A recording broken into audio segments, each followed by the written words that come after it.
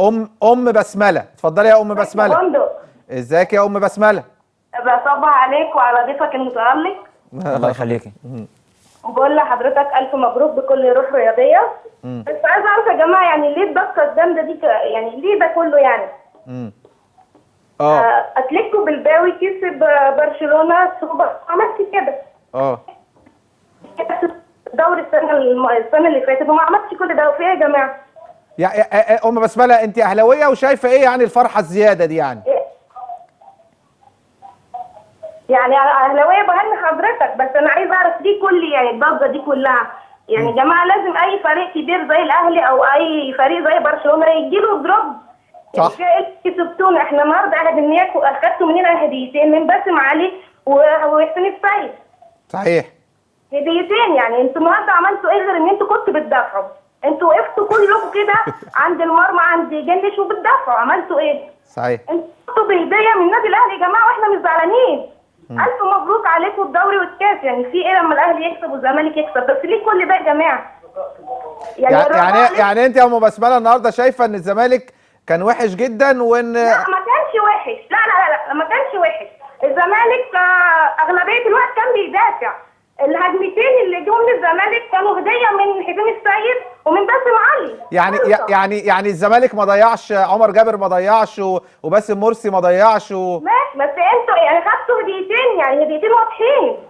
صح عندك حق. يعني انا عايزه اعرف الرجاء اللي لسه صاعد الدوري غلب الاهلي بهدف وفضل طول الوقت يدافع، فضل يدافع وفاز بالمباراه، يعني في ايه يعني؟ ما هي الكرة اخطاء يا حضرتك. طب ما اسالك سؤال السنه اللي فاتت في البطوله في الدوره الرباعيه اللي حددت بطل الدوري احمد توفيق اخطا وهو اللي حط الجول في نفسه. فيعني ما هي الكرة وارد ان فيها اخطاء واستغلال الاخطاء. يا جماعه ما انتوا فزتوا باخطائنا، يعني انتوا ما فزتوش بمجهود، انتوا فزتوا باخطائنا.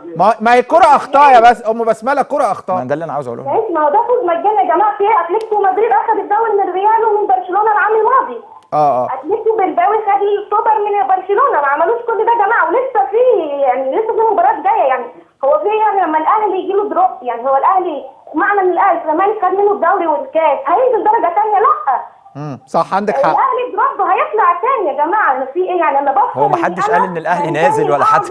نادي في افريقيا وفي العرب كله، يعني انا اكتر نادي فرح شعب مصر كان النادي الاهلي.